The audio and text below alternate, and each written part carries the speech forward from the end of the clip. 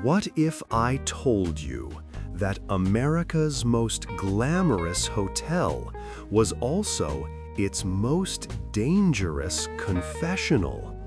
That behind every gilded mirror and velvet curtain, secrets were bought, sold, and buried. Secrets that could topple empires built on steel and blood. The year is 1893. The Waldorf Hotel rises 13 stories above Fifth Avenue, like a cathedral to wealth itself. Inside, beneath chandeliers worth more than entire city blocks, men who own railroads and senators gather in private suites. They don't come here to sleep. They come here to negotiate the invisible contracts that truly run America. The ones never signed in daylight, never recorded in ledgers, never mentioned in the morning papers that those same men happen to own. My name is Detective Thomas Burns, though that's not the name I went by when I worked these cases. I was the man called when someone powerful needed a problem to disappear. Not evidence, not witnesses, problems. The kind that checked into the Waldorf under false names and never checked out. The kind that fell from balconies that shouldn't have been accessible. The kind whose deaths were ruled suicide before the body reached the morgue. For 30 years, I kept my mouth shut. I took the envelopes of cash. I filed reports that read like fiction and burned the ones that read like truth. I watched as the Waldorf became not just a hotel, but a machine. A gorgeous, deadly machine that ground up scandals and spat out acceptable narratives for public consumption.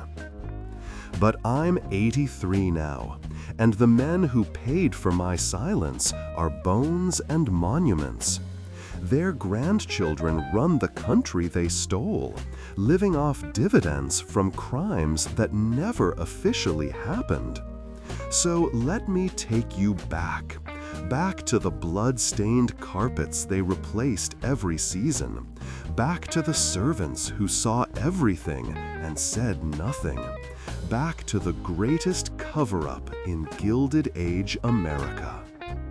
To understand what the Waldorf became, you must first understand what New York was in 1893, a city literally being rebuilt by men who believed themselves gods. The old Knickerbocker aristocracy, families who'd owned Manhattan since Dutch colonial days, were watching in horror as new money, filthy, ruthless, immigrant money, bought its way into power. Carnegie from Scotland, Rockefeller from upstate nowhere, Vanderbilt, whose grandfather was a ferry operator. These men didn't inherit empires, they seized them, and they needed a place worthy of their conquest. That place was the Waldorf, the brainchild of William Waldorf-Astor, who built it partly out of spite. His aunt, Caroline Astor, the queen of New York society, lived right next door. She'd snubbed him one too many times, so he demolished his mansion and erected a hotel that would cast her home in literal shadow. 13 stories of German Renaissance architecture designed by Henry Hardenberg, the same man who designed the Dakota, another building that would later gain its own dark reputation. The Waldorf opened on March 13, 1893, with 1,500 guests in evening dress, sipping champagne under electric lights that made the ballroom look like captured starlight. But here's what the newspapers didn't print that opening night. 3 members of Tammany Hall meeting in Suite 301 to discuss how much it would cost to rig the next mayoral election. A railroad executive on the 8th floor signing documents that would bankrupt 600 families by morning. And in the service corridors, a housemaid being paid $50, a year's wages, to forget she'd seen a congressman leaving a room that wasn't his, straightening a tie that hadn't been crooked when he entered. The Waldorf wasn't just built on land. It was built on leverage, blackmail, and the understanding that privacy, true privacy, was the most valuable commodity in an age when fortunes could be made or destroyed by a single scandal. The hotel employed over 500 people by 1895. Chefs from Paris, waiters from Vienna, and an entire class of staff whose only job was to see nothing, hear nothing, and remember nothing. They called them the Invisibles, and they were trained better than most government spies. I was brought in 2 months after opening night when the first body appeared. A stockbroker named Edwin Marsh, found in his bathtub with his wrists opened and a straight razor on the floor. The scene was perfect, too perfect. The water was still warm, but there wasn't enough blood. The razor was in his right hand, but the cut suggested a left-handed assailant. And the door had been locked from the outside, which is a neat trick for a suicide. But the Waldorf's manager, George Bolt, made it clear what my job was. Confirm the suicide, accept the generous consulting fee, and understand that the Waldorf's reputation was more important than one dead speculator. Before we descend deeper into these shadowed halls, I want to know, where in the world are you listening from? Are you in a city that still carries secrets from its own Gilded Age? Drop your location in the comments. Maybe your city has its own Waldorf, its own cathedral of beautiful lies. Let me know. George Bolt understood something fundamental about human nature that most hoteliers missed. Guilt is expensive, and wealthy men will pay anything to outsource it. Before the Waldorf, Bolt had managed the Bellevue Stratford in Philadelphia, where he'd learned that discretion wasn't just a service, it was the service. When William Waldorf-Astor hired him to run the new hotel, Bolt didn't just hire staff. He recruited an intelligence network disguised as hospitality. Every floor had a housekeeper who reported directly to Bolt. Not about cleanliness, about conversations overheard through ventilation grates, about meetings that ran past midnight, about women who entered suites through service entrances and left before dawn with envelopes in their handbags. The Waldorf's architect, Hardenberg, had designed the building with something he called acoustic privacy, which was a polite way of saying the walls were thick enough that screaming wouldn't carry. But he'd also built in listening posts, small chambers accessible only through maintenance corridors, where someone with patience and good hearing could monitor what happened in the most expensive suites. I discovered this by accident in October 1893, chasing a lead on a securities fraud case. A banker named Augustus Juilliard, yes, that Juilliard, whose money would later found the music school, had been accused of manipulating cotton futures. The accusation came from a business partner who'd lost everything and decided truth was cheaper than lawyers. I was told Juilliard frequented the Waldorf, so I started watching.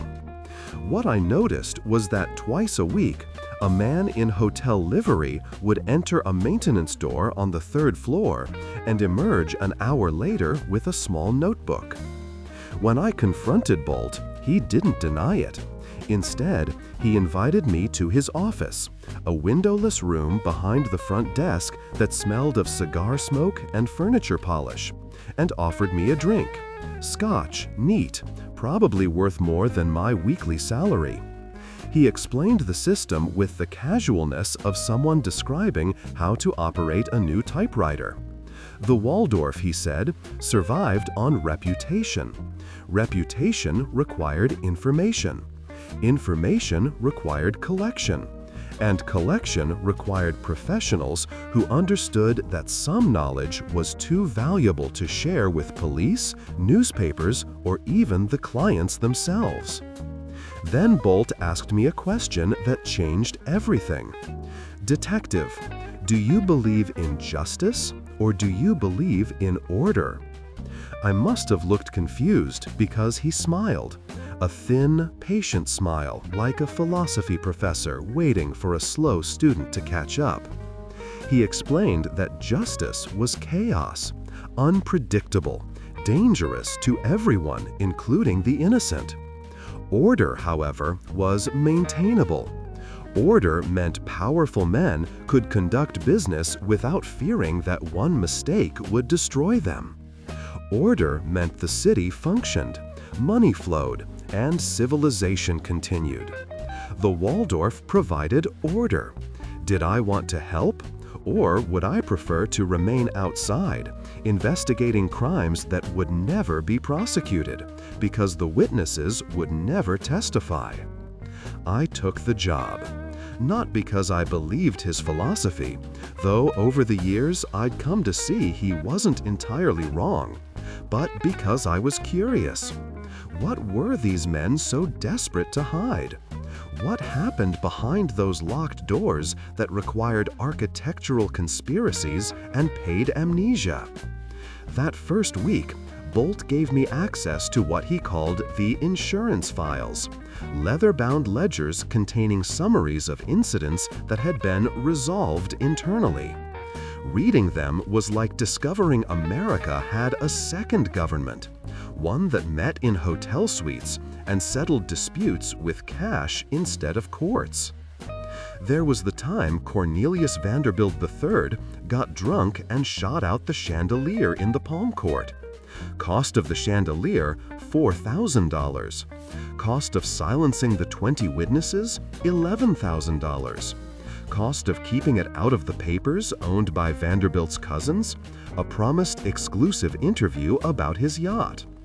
There was the affair between a senator's wife and a Shakespearean actor that ended when the actor was offered a European tour that kept him away for 2 years.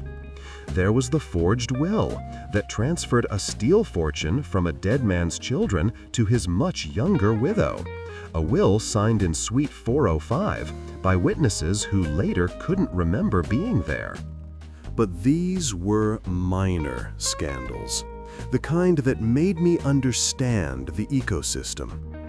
The real cases, the ones that turned my stomach and kept me awake, came later.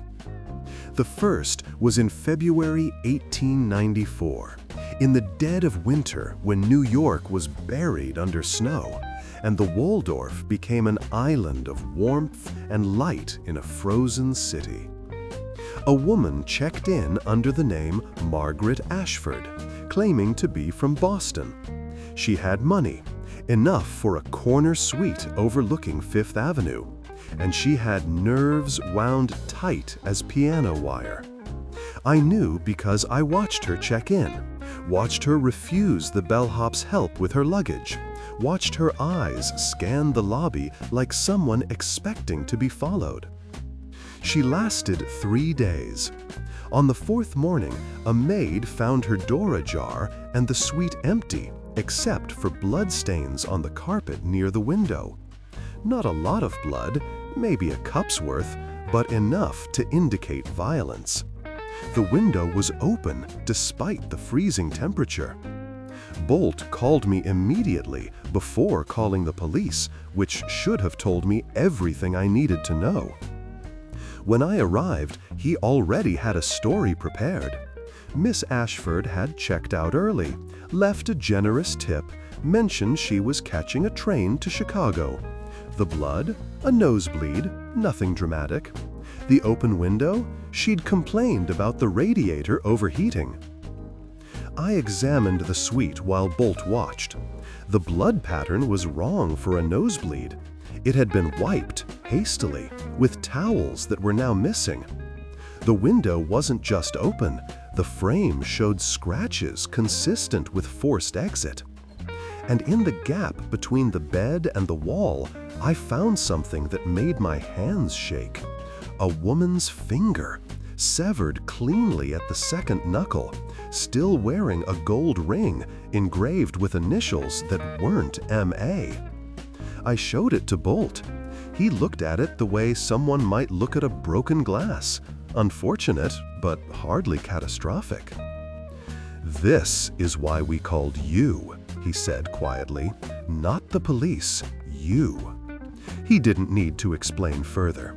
The Waldorf couldn't afford a murder investigation, couldn't afford police swarming the building, questioning guests, making powerful people nervous.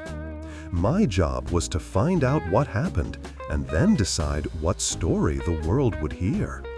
So I started asking questions, quietly, carefully, to the staff members who Bolt assured me were reliable. The bellhop who'd carried Margaret Ashford's luggage remembered it was heavy, unusually heavy for a woman traveling alone. The night clerk recalled a man asking for her room number, well-dressed, 40s, with an accent he couldn't place.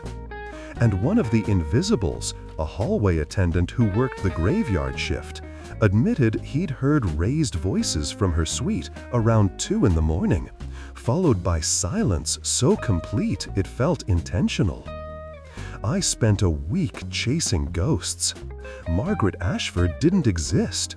No records in Boston, no family, no history. The ring belonged to a woman named Catherine Hartwell, reported missing from Philadelphia 3 months earlier.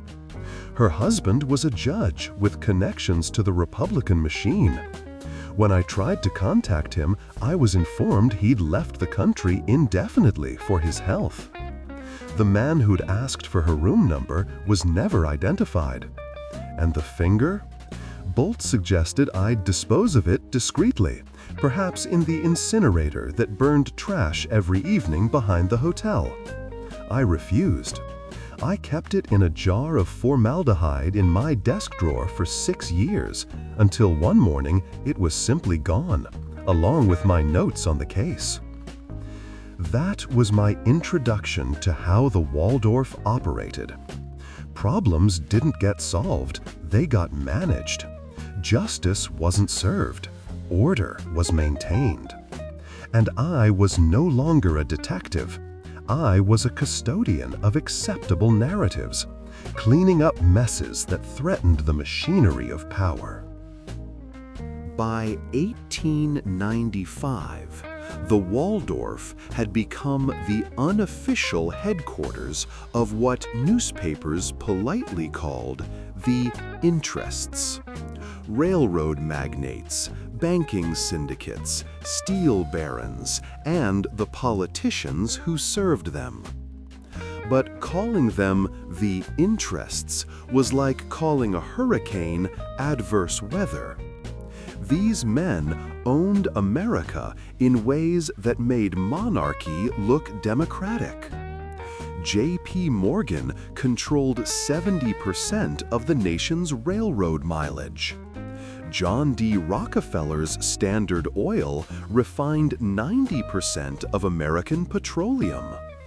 Andrew Carnegie's steel built the bridges, the ships, the skyscrapers that redefined what was possible. And they met at the Waldorf because it was neutral ground. Expensive enough to keep out the poor, private enough to keep out the press, and complicit enough to keep out the law. The second floor had a suite, the Empire Suite, that was never listed in the hotel registry. It had no number on the door, no maid service unless specifically requested, and a lock that required 2 keys held by separate people. This was where the real business happened, the kind that determined whether Pittsburgh prospered or starved, whether small banks survived or collapsed, whether wars in South America would be funded or forgotten. I was allowed inside exactly once, called in to handle what Bolt described as a misunderstanding between partners. The misunderstanding involved 4 men and a contract worth $40 million. I won't use their real names. Even now, their families have lawyers with long memories. But I'll call them Morgan, Harriman, Schwab, and Hill. They were negotiating the purchase of a railroad that connected Chicago to the Pacific Coast, a deal that would consolidate their control over transcontinental shipping. The problem was that someone had leaked details to a reporter at the New York World, Joseph Pulitzer's paper, which loved exposing the deals that made rich men richer. The article was scheduled to run in 3 days, complete with copies of private correspondence that outlined how they planned to manipulate freight rates to bankrupt competitors. When I entered the Empire Suite, the air was thick with cigar smoke and rage. Morgan stood by the fireplace, his face purple with the kind of anger that precedes violence or strokes. Harriman sat in a leather chair, looking like he'd already calculated the cost of the leak down to the penny. Schwab paced like a caged animal, and Hill just stared out the window at the city they collectively owned. Bolt explained the situation: find the leak, plug it permanently, and retrieve every copy of the correspondence before publication. I had 72 hours. The leak turned out to be a secretary named Daniel Pruitt, who worked in Morgan's downtown office. He was 26, Columbia educated, ambitious enough to be dangerous. He'd been copying documents for months, building a file that he planned to sell to Pulitzer for $5,000, enough to start his own firm and escape the shadow of men who treated employees like expendable machinery. I found him in a boarding house on Bleecker Street, the correspondence hidden in a trunk under his bed, along with a train ticket to San Francisco dated for the morning the article would publish. I could have arrested him, could have brought him to the police, charged him with theft, let the legal system grind him down. But that wasn't what Morgan wanted. The trial would be public, the documents would become evidence, and even if Pruitt went to prison, the story would still run. No, what Morgan wanted was simpler and darker. The problem needed to disappear, and so did Pruitt. I was offered $10,000, 2 years of salary, to ensure that happened.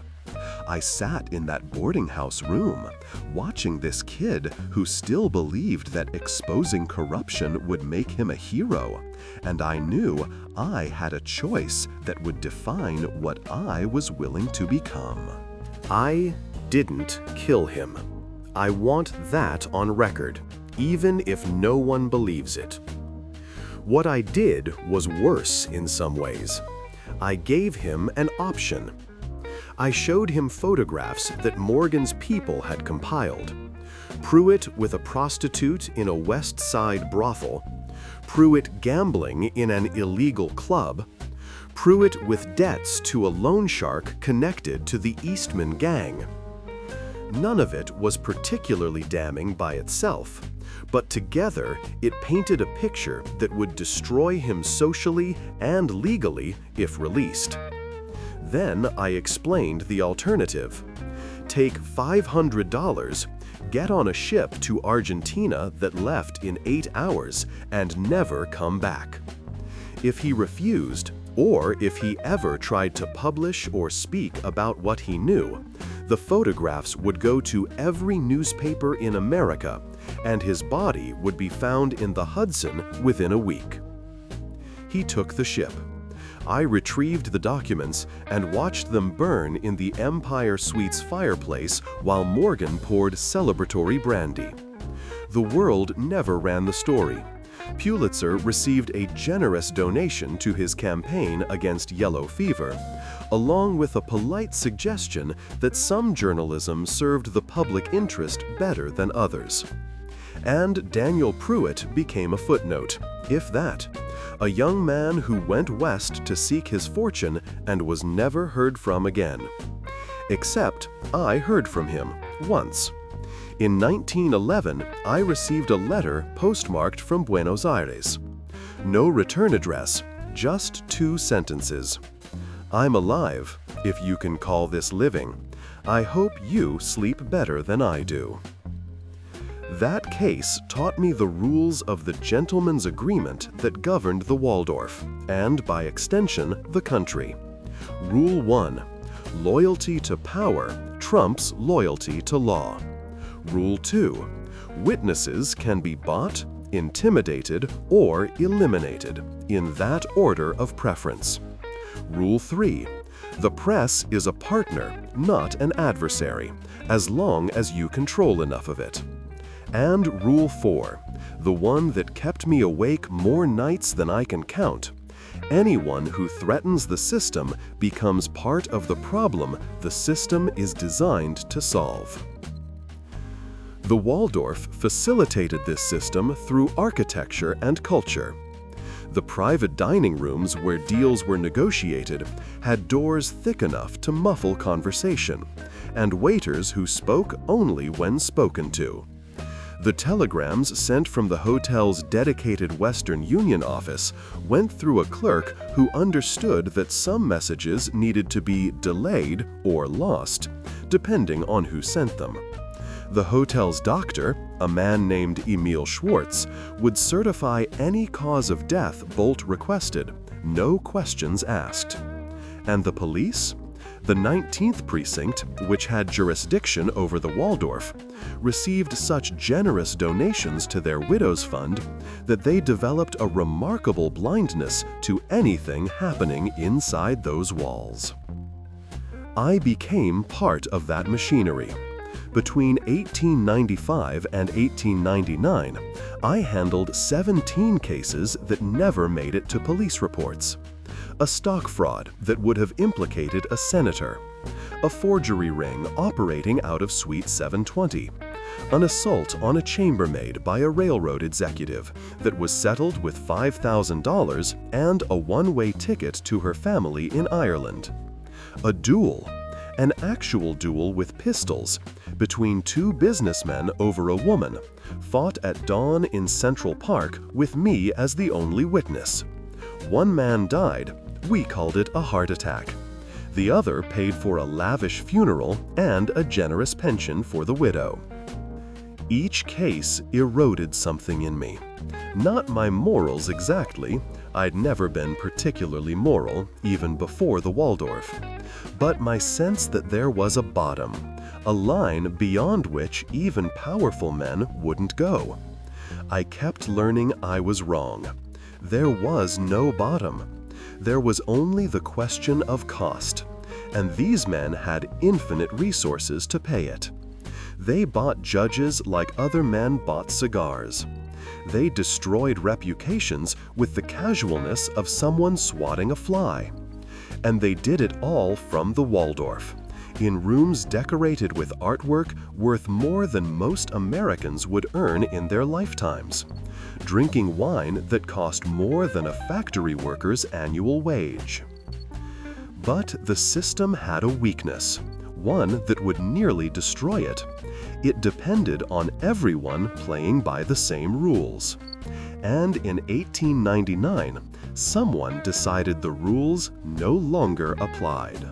March 1899 brought what should have been the social event of the decade. The wedding of John Jacob Astor IV to Ava Lowell Willing. Astor was 27, heir to one of America's largest fortunes, and a man who thought his wealth made him immune to consequence. Ava was 18, beautiful in the way that society magazines described as porcelain perfection, and desperately in love with someone else. The wedding was arranged by their families with the cold calculation of a corporate merger, which essentially is what it was. The Astors wanted access to Philadelphia's mainline society, and the Willings wanted the kind of money that turned old blood into new power. The ceremony was held at Grace Church, but the reception took place at the Waldorf, naturally. Bolt had transformed the ballroom into something from a fever dream. 10,000 roses, an orchestra of 40 musicians, champagne fountains that flowed for 6 hours, and a guest list that read like a directory of American aristocracy. Vanderbilts, Morgans, Rockefellers, Carnegies, Goulds, everyone who mattered was there, dressed in clothes that cost more than houses, eating food prepared by chefs imported from Paris specifically for the event. The newspapers called it the wedding of the century. What they didn't call it was a crime scene.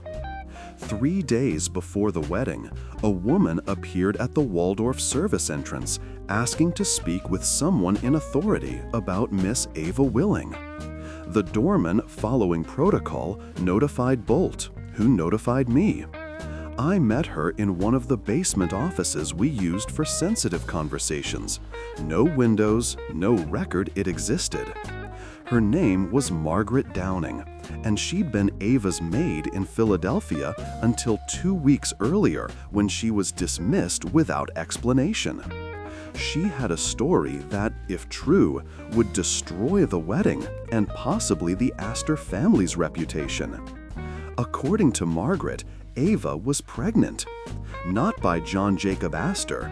They'd barely spent time alone together. But by a young architect named Richard Morris Hunt Jr., son of the famous architect who designed the Vanderbilt mansions. They'd been conducting an affair for over a year, meeting in secret at various locations around Philadelphia. When Ava discovered she was pregnant, she told her mother, who immediately accelerated the wedding plans. The goal was simple: marry Ava to Astor before she showed, hope the baby came early, and let everyone assume it was Astor's child. Margaret had been fired because she knew the truth, paid off with $300, and threatened with criminal prosecution if she ever spoke about it. But $300 doesn't last forever, and Margaret wanted more. She proposed a simple transaction: give her $5,000 and she'd disappear. Refuse, and she'd go to the newspapers, where she was confident Pulitzer or Hearst would pay handsomely for a scandal this spectacular. I told her I'd need to verify her story and arrange payment, which would take a day. She agreed to stay at a boarding house in the Tenderloin, a neighborhood where questions weren't asked and strangers were invisible. I gave her $50 for expenses and told her to stay inside until I contacted her. Then I went to Bolt, who went directly to Caroline Astor, not John Jacob's mother, but his aunt, the Mrs. Astor, the woman who decided who mattered in New York society. I was summoned to her mansion on Fifth Avenue, a Gothic fortress where every piece of furniture seemed to intimidate. Caroline Astor was 70, dressed in black silk that probably cost more than a working man's house, and she radiated the kind of power that doesn't need to raise its voice. She listened to Margaret's accusation without visible emotion, then asked a single question: "Is it true?" I had no way of knowing for certain, But I'd checked the dates and talked to contacts in Philadelphia. It was plausible. Ava had stopped appearing at social functions for 2 months the previous summer, claiming illness. Richard Morris Hunt Jr. had abruptly left Philadelphia around the same time, taking a commission to design a courthouse in Denver. And the wedding had been moved up by 6 months, with no public explanation. Caroline Astor looked at me with eyes that had witnessed decades of society scandals and said something I'll never forget. Truth is negotiable, reputation is not. She authorized $10,000 to resolve the situation. 5 for Margaret Downing, 5 for whatever else needed to be done. I returned to the Tenderloin boarding house that evening to deliver the first payment. Margaret wasn't there. The landlady said she'd left around noon with a gentleman, well-dressed, who'd said he was Margaret's brother. They'd collected her things and mentioned catching a train. The landlady thought nothing of it. People came and went constantly in that neighborhood. But I knew Margaret didn't have a brother. I knew she'd left with someone sent by the Astors, and I knew I'd never see her again. I searched for 3 weeks, put out inquiries through every contact I had in New York, Philadelphia, Boston. Nothing. Margaret Downing had simply ceased to exist. Her boarding house landlady suddenly couldn't remember what the gentleman looked like. The train station had no record of tickets purchased in her name. And when I tried to find Richard Morris Hunt Jr. in Denver, I learned he'd left his courthouse project incomplete and departed for Europe, destination unknown. Every lead turned into a dead end. Every witness developed amnesia, and eventually I stopped searching because I understood what had happened. The Astor wedding proceeded as planned. Ava wore a dress that cost $60,000. John Jacob looked proud in a way that suggested he had no idea his bride was carrying another man's child. The Waldorf reception was everything society expected. Opulent, flawless, a demonstration that American aristocracy could match European royalty for spectacle and taste. And 7 months later, Ava gave birth to a son, William Vincent Astor, who arrived prematurely but seemed remarkably healthy for a baby that supposedly came early. The newspapers celebrated the birth, society sent congratulations, and anyone who might have questioned the timing was either paid off, scared off, or simply off the record permanently. I kept Margaret Downing's file in my desk for years, sketchy notes, an old photograph, a list of places she might have gone. Every few months I'd add something, a rumor that she'd been seen in Chicago, a report that a woman matching her description died in a tenement fire, a suggestion that she'd taken a new name and was working as a seamstress in Baltimore. None of it ever led anywhere. The Astors had made her disappear with the efficiency of people who'd done it before. And I'd been complicit by accepting their money and asking Margaret to wait in a place where she was vulnerable. That case changed something fundamental in my relationship with the Waldorf. Before, I'd justified my work as maintaining order, preventing chaos, protecting civilization from its own scandals. After Margaret Downing, I couldn't pretend anymore. I wasn't preventing crime, I was facilitating it. I wasn't protecting the innocent, I was helping the guilty escape consequence. And the worst part was that I'd become so entangled in the machinery that leaving wasn't an option. I knew too much. I'd done too much. If I tried to walk away, or, God forbid, expose what I knew, I'd become the next problem that needed solving. So I stayed. I took the cases that came. I cleaned up the messes.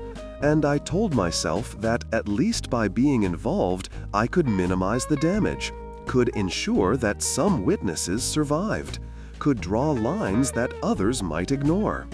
It was a coward's rationalization, but it let me sleep. Most nights.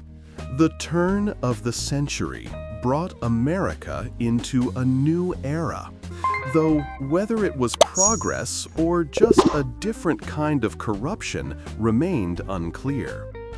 The Waldorf-Astoria, now combined with the Astor Hotel next door to form one massive complex, had become the undisputed center of American power. Presidents stayed there. Foreign diplomats negotiated there. And in a private room on the 4th floor, known simply as the Gold Room, a group of men met monthly to decide matters that affected millions of people who never knew they were being decided. The Gold Room wasn't officially called that. On hotel blueprints, it was listed as Conference Room 4B, a bland designation that concealed its true purpose. The name came from the wallpaper. Gold leaf applied so thick it looked like you could scrape wealth directly off the walls. The furniture was mahogany, imported from Honduras. The chandelier contained 300 crystals from Bohemia. And the lock on the door was specially designed by a locksmith who died in a factory accident 6 months after installation, taking the secret of its unique key mechanism with him. Only 3 keys existed, one held by Bolt, one held by J.P. Morgan, and one held by a man most Americans had never heard of, but who wielded more influence than most senators. His name was Charles Havens, though in the Gold Room they called him the accountant. Havens didn't own railroads or steel mills. He owned something more valuable: information. He'd started as a clerk in a Wall Street brokerage, a forgettable man with an unforgettable memory.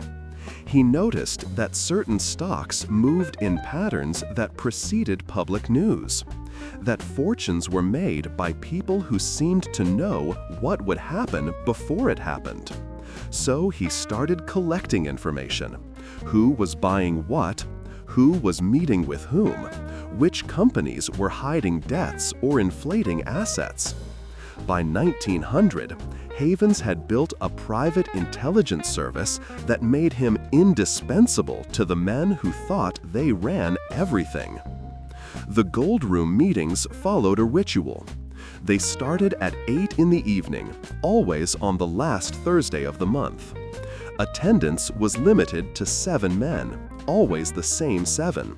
Morgan, who controlled banking; Harriman, who controlled Western railroads; Frick, who controlled coke and steel; Ryan, who controlled urban transit; Rogers, who controlled oil alongside Rockefeller; Belmont, who controlled the Democratic Party; and Havens, who controlled information. They called themselves the Committee, though they had no legal existence, no written bylaws, no record of membership. They simply met, made decisions, and watched as America conformed to their will.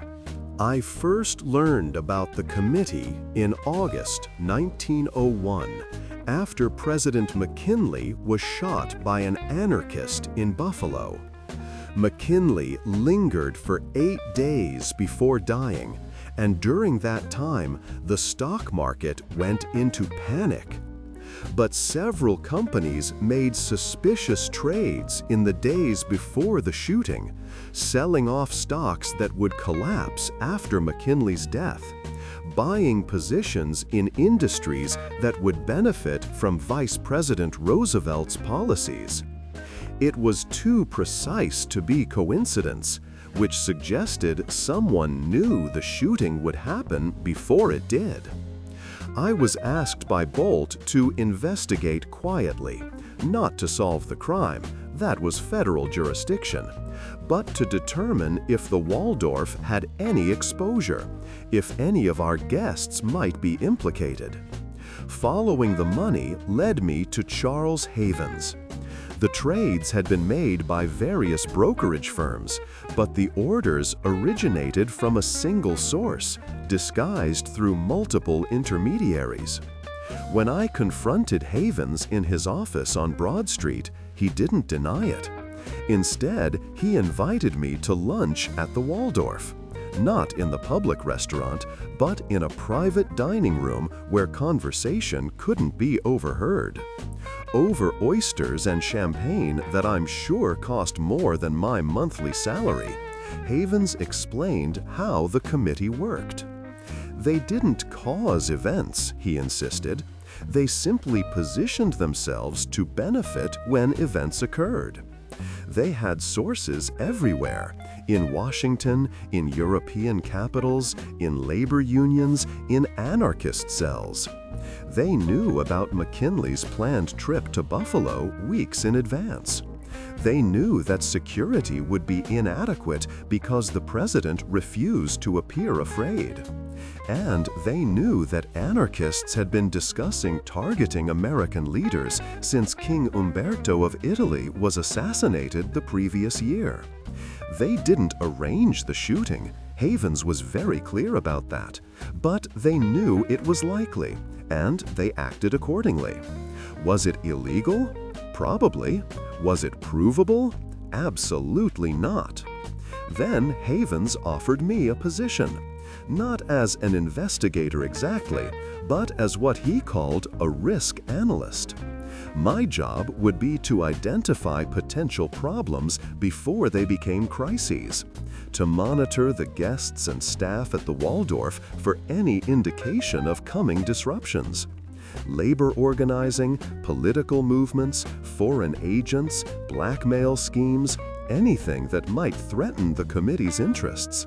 The pay was $50,000 a year, deposited into an account under a false name. In return, I'd attend one gold room meeting per month to provide my assessment of potential threats. I should have refused, should have walked out of that dining room and gone directly to the federal authorities. But $50,000 was more money than I'd earn in a decade of police work. And by 1901, I'd already compromised myself so thoroughly that one more moral boundary seemed almost irrelevant. So I accepted, and for the next 3 years, I became part of the inner machinery of American plutocracy. The things I learned in the Gold Room would fill volumes. I learned that the Panic of 1903 was deliberately triggered by the committee to bankrupt smaller banks and consolidate Morgan's control over American finance.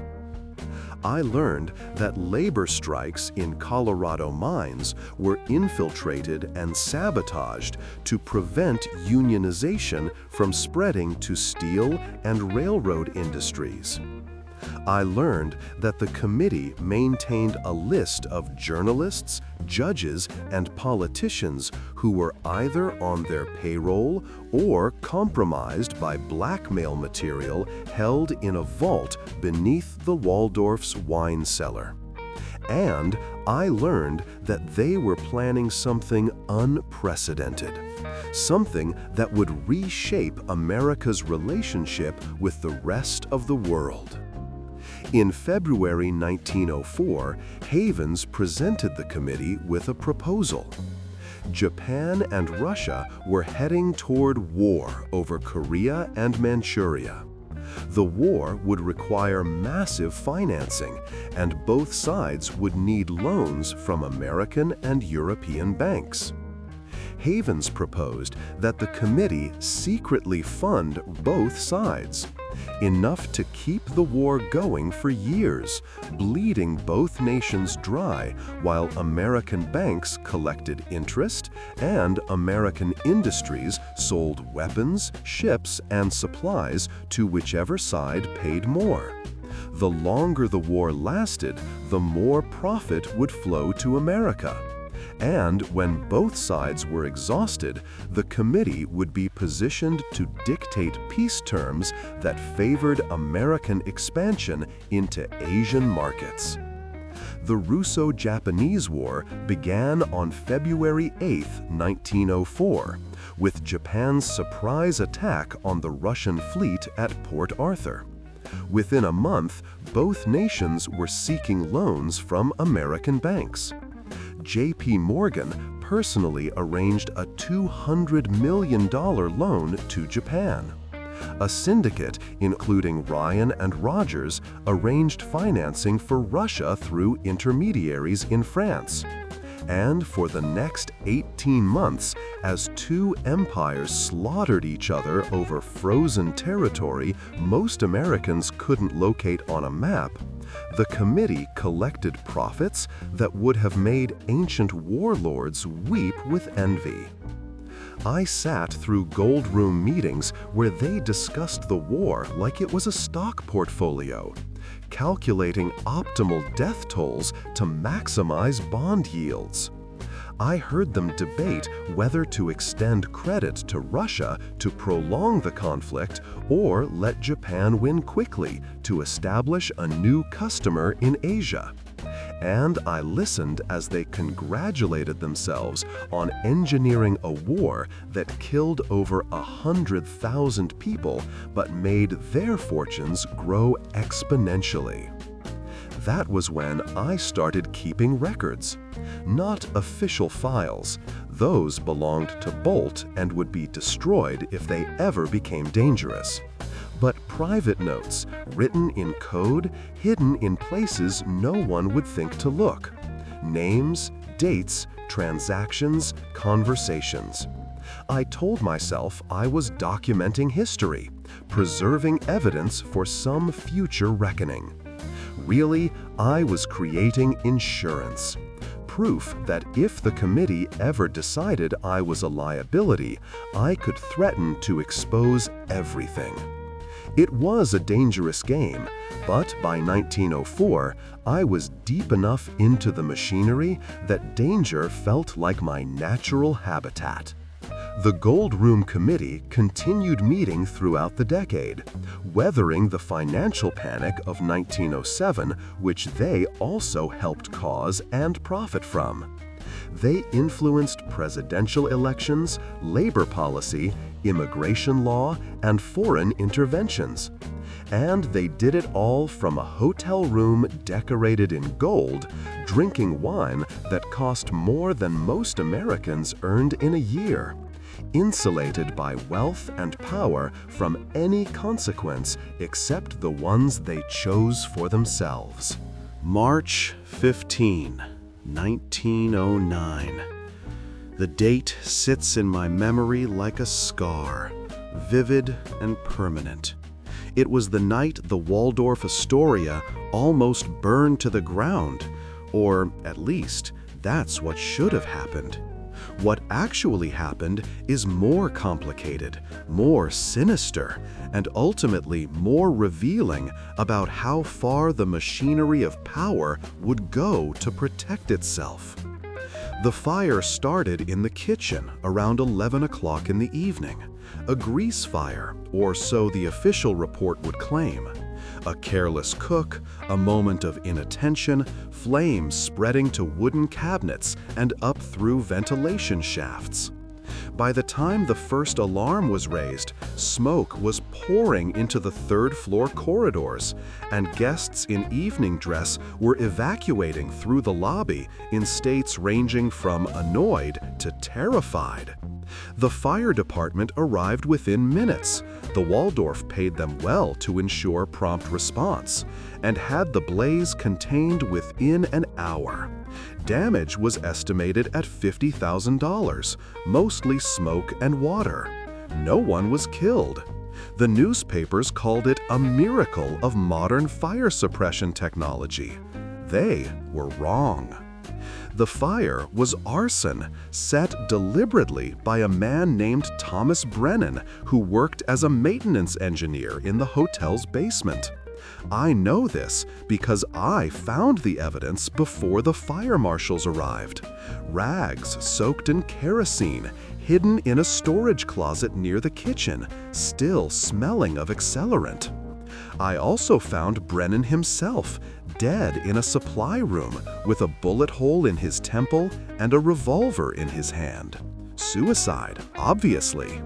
Overcome with guilt at what he'd done, he'd taken his own life before the fire could spread and kill innocents. That was the story Bolt wanted told, and that was the story I helped construct. But the truth was uglier. Brennan had been a Waldorf employee for 6 years, reliable and quiet, the kind of man who became invisible through competence. He also had a daughter named Elizabeth, 17 years old, who worked as a seamstress in a Lower East Side factory. 2 weeks before the fire, Elizabeth had been raped by a man who frequented the Waldorf. I'll call him Clayton, though that wasn't his name. Clayton was connected to Tammany Hall, wealthy enough to believe he could take what he wanted, and correct in that belief because he'd done it before without consequence. Elizabeth Brennan reported the assault to police, who took her statement and did nothing. She went to a lawyer who explained that prosecuting a man like Clayton would require evidence they didn't have and credibility she didn't possess. Who would believe a factory girl over a man who donated to the mayor's re-election campaign? So Elizabeth told her father, who went to Clayton directly, begging him to at least acknowledge what he'd done, maybe provide some compensation for the trauma. Clayton had Brennan beaten by his bodyguards and warned that if the girl pursued the matter further, she'd find herself arrested for prostitution on evidence that would materialize from nowhere. Thomas Brennan decided that if the law wouldn't deliver justice, fire would. He planned to burn the Waldorf to the ground, to destroy the place that sheltered men like Clayton, to make a statement that even the powerless could strike back against institutions that protected predators. He set the fire, intending it to spread through the entire building, but someone discovered it early. A stroke of luck, or more likely, one of Bolt's extensive surveillance systems detecting the smoke. The fire was contained, Brennan's plan failed, and within hours he was found dead in that supply room. I was called to the scene before the body was cold. Bolt wanted it handled quietly, no police investigation, no questions about motive. The revolver next to Brennan's body was clean, no powder residue on his hands, and the angle of the wound suggested someone had shot him from across the room, not that he'd put the gun to his own temple. But by the time I finished examining the scene, the evidence had been rearranged, the gun repositioned, powder residue applied to Brennan's hand, a note discovered in his pocket expressing remorse for his reckless action. The fire marshal, who was on the committee's payroll, accepted the suicide narrative without question. Elizabeth Brennan came to the Waldorf 3 days after her father's funeral, asking to speak with someone about what really happened. She was 17, dressed in mourning black, and carrying a rage that made her seem much older. I met her in the same basement office where I'd interviewed Margaret Downing a decade earlier. She knew her father hadn't committed suicide. She knew he'd been killed to protect the hotel and the men it sheltered. And she wanted the truth made public. even if it destroyed her in the process. I told her the truth would accomplish nothing except getting her hurt. I explained how the system worked, how evidence would disappear, how witnesses would recant, how she'd be painted as a disturbed girl making false accusations against respectable men. I told her that her father had died because he'd threatened something more powerful than the law, and that pursuing justice would mean ending up like him. Then I did something I'd never done before in all my years working for the Waldorf. I gave her money, $5,000 from my own pocket, enough to leave New York, start a new life somewhere the shadows of the Waldorf couldn't reach. She took the money.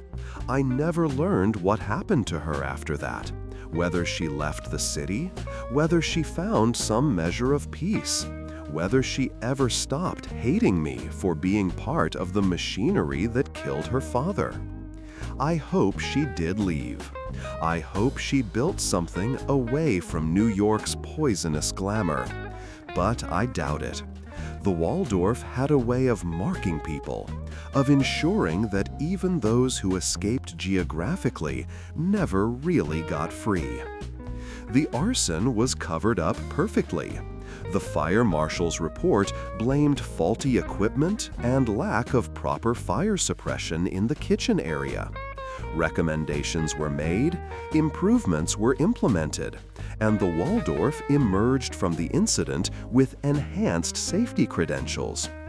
Clayton continued frequenting the hotel for years afterward, never knowing how close he'd come to burning alive, never paying any consequence for what he'd done to Elizabeth Brennan.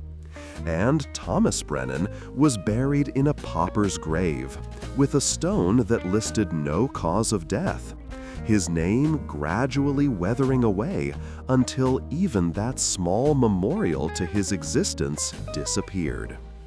But the fire that wasn't, the fire that should have been, changed something in the building itself. Maybe it was psychological, maybe it was real. But after March 1909, the Waldorf felt different. Staff reported hearing screams in empty corridors. Guests complained about the smell of smoke in rooms where no fire had reached. And I started seeing Thomas Brennan in the basement, or thinking I did, a figure in maintenance coveralls, standing in doorways, watching me with the patient hatred of someone who knows you failed them. I started drinking heavily after that case. Not enough to affect my work. I was too professional or too afraid to let the alcohol interfere with survival, but enough to blur the edges of memory, to make sleep possible on nights when conscience wouldn't permit it otherwise. Bolt noticed, but said nothing. The committee noticed, but considered it acceptable collateral damage. And I continued doing what I'd always done, cleaning up messes, burying truths, maintaining the order that allowed powerful men to commit crimes without ever facing judgment. Elizabeth Brennan came to the Waldorf 3 days after her father's funeral, asking to speak with someone about what really happened. She was 17, dressed in mourning black, and carrying a rage that made her seem much older. I met her in the same basement office where I'd interviewed Margaret Downing a decade earlier. She knew her father hadn't committed suicide. She knew he'd been killed to protect the hotel and the men it sheltered. And she wanted the truth made public, even if it destroyed her in the process. I told her the truth would accomplish nothing except getting her hurt. I explained how the system worked, how evidence would disappear, how witnesses would recant, how she'd be painted as a disturbed girl making false accusations against respectable men. I told her that her father had died because he'd threatened something more powerful than the law, and that pursuing justice would mean ending up like him. Then I did something I'd never done before in all my years working for the Waldorf. I gave her money, $5,000 from my own pocket, enough to leave New York, start a new life somewhere the shadows of the Waldorf couldn't reach. She took the money. I never learned what happened to her after that, whether she left the city, whether she found some measure of peace, whether she ever stopped hating me for being part of the machinery that killed her father. I hope she did leave. I hope she built something away from New York's poisonous glamour. But I doubt it.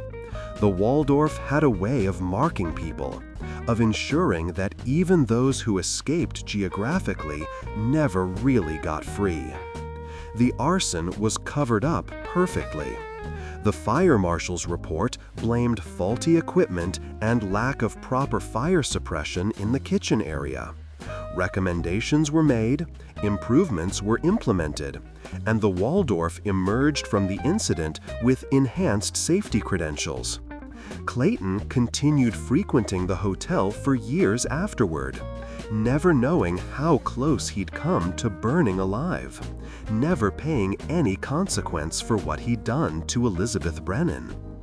And Thomas Brennan was buried in a pauper's grave, with a stone that listed no cause of death, his name gradually weathering away until even that small memorial to his existence disappeared. But the fire that wasn't, the fire that should have been, changed something in the building itself. Maybe it was psychological, maybe it was real, but after March 1909, the Waldorf felt different. Staff reported hearing screams in empty corridors. Guests complained about the smell of smoke in rooms where no fire had reached. And I started seeing Thomas Brennan in the basement, or thinking I did. A figure in maintenance coveralls, standing in doorways, watching me with the patient hatred of someone who knows you failed them. I started drinking heavily after that case. Not enough to affect my work. I was too professional or too afraid to let the alcohol interfere with survival. Bolt noticed, but said nothing. The committee noticed, but considered it acceptable collateral damage. And I continued doing what I'd always done, cleaning up messes, burying truths, maintaining the order that allowed powerful men to commit crimes without ever facing judgment.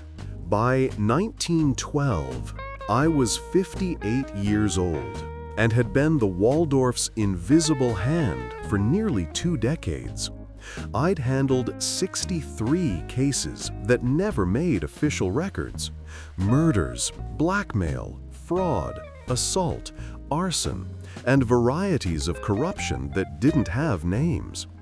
I'd helped rich men escape consequences for acts that would have hanged poor men. I'd watched justice perverted so many times that the word itself lost meaning, becoming just another commodity that could be bought and sold like everything else in the Waldorf's glittering corridors. But I was also tired. Tired of the weight of secrets. Tired of seeing faces in crowds that might be people I'd helped disappear. Tired of cashing checks that represented blood money no matter how clean the bank made them look.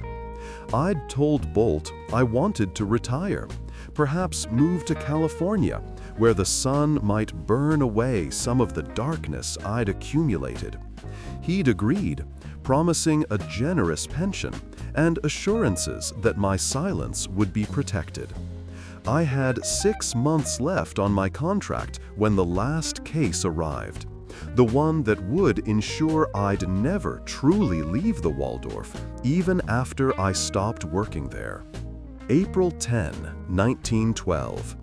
The Titanic had sunk 5 days earlier, taking 1,500 people to the bottom of the Atlantic. New York was in mourning, particularly among the wealthy, because the ship had been carrying many of the city's elite. John Jacob Astor IV, the same man whose wedding I'd helped save from scandal 13 years earlier, had died in the sinking. Benjamin Guggenheim had died. Isidor Straus, owner of Macy's, had died with his wife, refusing to leave the ship while women and children remained aboard. The newspapers were full of their heroism, their sacrifice, their nobility in the face of death. But someone at the Waldorf knew something about the Titanic that the newspapers weren't printing. A woman appeared at the service entrance on April 15th asking to speak with whoever handled sensitive matters. That's how she phrased it. Not police, not management, but whoever handled things that needed to stay quiet. Bolt sent for me. I met her in my office, a room I'd occupied for so long it felt more like home than my actual apartment. Her name was Ruth Becker, and she was a survivor of the Titanic, having been rescued by the Carpathia, along with 700 others. She had information about why the ship sank, information that contradicted the official story taking shape in the press. According to Ruth, and she'd been a second-class passenger, educated enough to understand what she was seeing, the Titanic's crew had received multiple iceberg warnings that evening. She'd seen an officer reading telegrams in a corridor, heard him telling another crew member that the captain was pushing the ship to full speed despite knowing there was ice ahead. She'd overheard a conversation in the hours before the collision where a White Star Line executive aboard the ship, J. Bruce Ismay, had been pressuring the captain to arrive in New York ahead of schedule to generate positive press. The official story was that the iceberg had been invisible in the darkness, that the ship was traveling at reasonable speed given conditions, that the crew had done everything possible to avoid disaster. Ruth's version suggested something different, that the Titanic had been deliberately pushed to dangerous speeds to satisfy a businessman's ego, that warnings had been ignored to preserve a schedule, that 1,500 people died so that White Star Line could claim a record-breaking maiden voyage. If her story became public, it would destroy the narrative of heroic tragedy and replace it with one of negligent homicide motivated by profit. Ruth wanted money, $20,000, in exchange for her silence. She had no illusions about justice. She knew that White Star Line was owned by J.P. Morgan, who also controlled the committee and, by extension, controlled me. She knew that her testimony would be destroyed, her credibility questioned, her life made impossible if she went public. So she was offering to disappear quietly, to let history record the version that protected the powerful, if they'd pay her enough to build a new life somewhere far from New York. I brought her proposal to the committee that evening. The Gold Room meeting was somber. Astor had been a member, and even these men who treated human life as spreadsheet entries felt some weight from his death. But business was business, and Ruth Becker represented a threat to J.P. Morgan's shipping investments. If her story spread, if investigations started examining White Star Line's safety protocols and corporate pressures, the financial consequences could be severe. Morgan authorized $30,000, $20,000 for Ruth, $10,000 for whatever additional measures were needed. I returned to Ruth with the money the next morning, She counted it carefully, asked for assurances that she wouldn't be followed or harassed, and made me promise one thing: that someone would remember the truth, even if the world never heard it. She wanted me to keep a record, to write down what she'd told me, so that someday, when everyone involved was dead and the truth couldn't hurt the living, someone might know what really happened. I gave her my word, and she left New York that afternoon on a train to Oregon, carrying enough money to disappear into comfortable obscurity. But Morgan's people weren't satisfied with just paying her off. 2 weeks later, I received word that Ruth Becker had died in Portland, a robbery gone wrong, according to local police. She'd been carrying a large amount of cash, someone had attacked her outside her boarding house, and she'd been stabbed in the struggle. The money was never recovered. The killer was never found.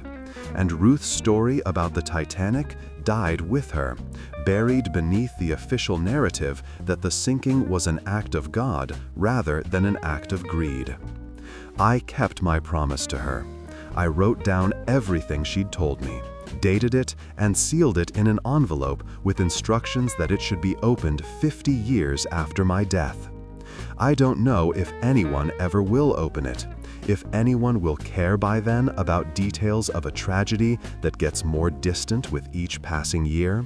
But I kept my word, because it was the only decent thing I'd done in years, the only promise I didn't break in service to the machinery. That was my last case for the Waldorf. I retired 3 months later, in July 1912, and moved to a small house in Westchester. Bolt threw a farewell dinner in one of the private dining rooms. The committee attended, along with Bolt and several senior staff members. They gave me a gold watch and speeches about my loyal service. Morgan personally thanked me for my discretion and my dedication to maintaining order in a chaotic world. And then I left, walking out of the Waldorf for the last time as an employee, carrying with me enough secrets to destroy a dozen reputations and topple the fortunes that ran America. But I never spoke, not to the press, not to the authorities, not even to friends or family. Partly because I was afraid. The committee had long reach and no hesitation about silencing problems. Partly because I was complicit. I'd taken their money, done their work, enabled their crimes. And partly because I'd come to believe that Bolt had been right all those years ago, when he asked if I believed in justice or order. Justice was chaos. Order was survival. And maintaining order, even corrupt order, might be better than the alternative. I'm 83 now. The Waldorf-Astoria still stands on Fifth Avenue, though many of the men I worked for are dead, and their fortunes have passed to descendants who've never heard of the Gold Room Committee or the cases I handled in basement offices. The hotel remains glamorous, remains expensive, remains a symbol of American achievement. And beneath that glamour, new secrets are probably being made, new problems being solved, new compromises being negotiated between power and conscience. I've told you these stories not because I expect justice. It's too late for that, and most of the guilty are beyond any earthly judgment. I've told them because someone should know, because history shouldn't be only the version written by winners and paid for by survivors. Because the Waldorf-Astoria, for all its beauty, was built on more than steel and stone. It was built on silence, and silence should have an expiration date. If you've stayed with me through these memories, I want to ask something of you. Don't just consume these stories as entertainment, as period drama divorced from modern reality. The machinery I described still exists.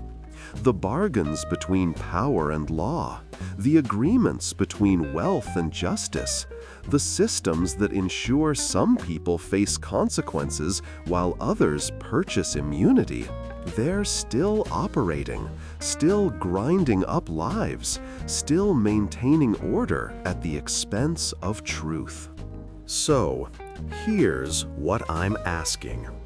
Subscribe to this channel if you want to hear more stories that history tried to bury. Leave a like if you believe that knowing uncomfortable truths matters more than preserving comfortable illusions.